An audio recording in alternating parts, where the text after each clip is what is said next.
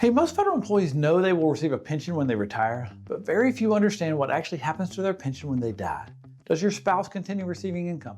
How much does it cost to leave the survivor benefit?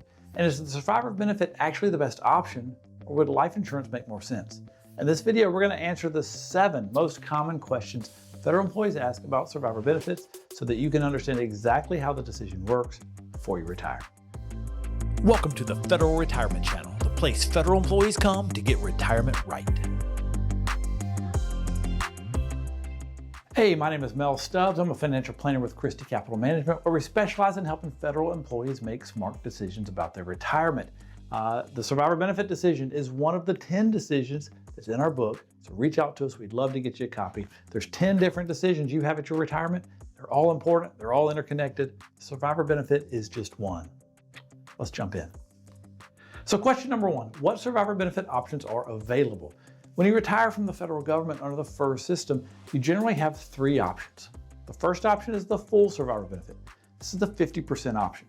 If something happens to you, your spouse would receive half of your pension for the rest of their life. The second option is the 25% option.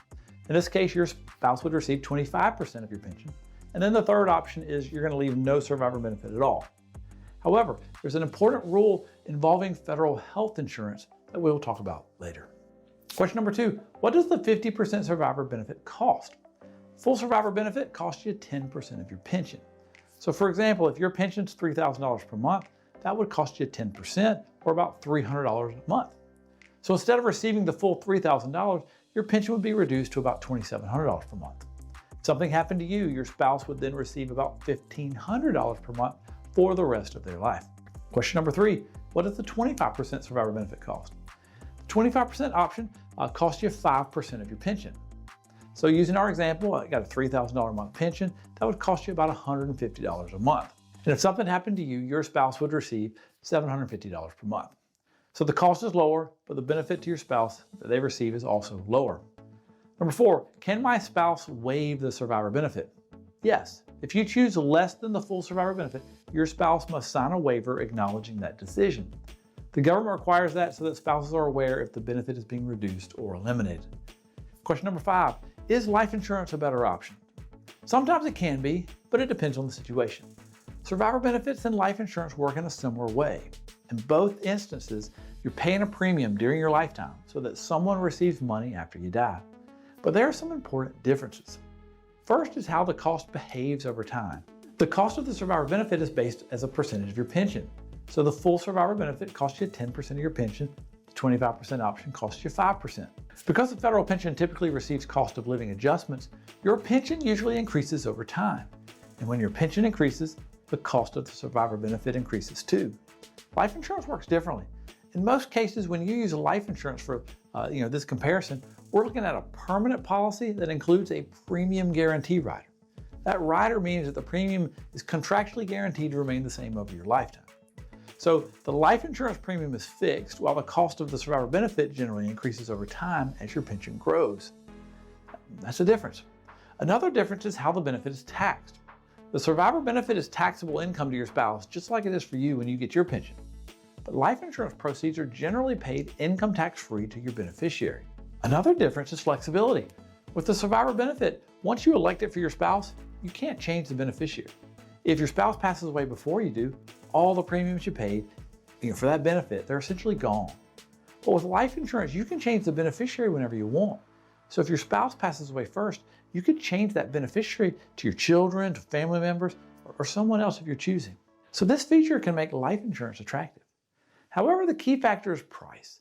Life insurance pricing depends on your age and your health. If someone has significant health issues, life insurance premiums could be much higher than the cost of the survivor benefit. In many cases, we simply compare the two numbers. If the life insurance cost, if it's in the same ballpark, same general range as the survivor benefit, many people prefer the flexibility and the tax advantages of the life insurance. But if the life insurance is dramatically more expensive, the survivor benefit may still be the better option. So the right choice usually comes down to the cost and your health at the time that you retire.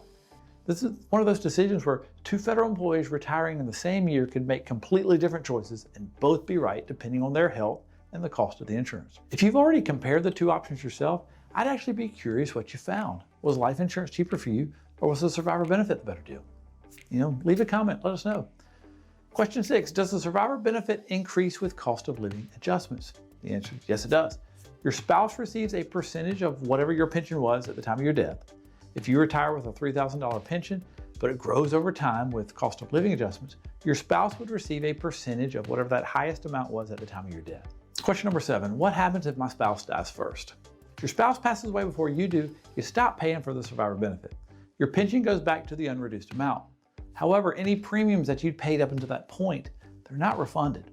The benefit simply disappears because there's no longer a spouse eligible to receive it. But there is one important rule to remember.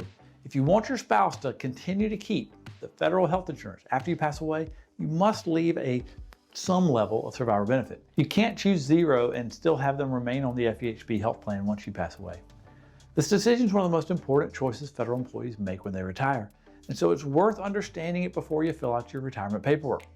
But there's another strategy many federal employees never hear about.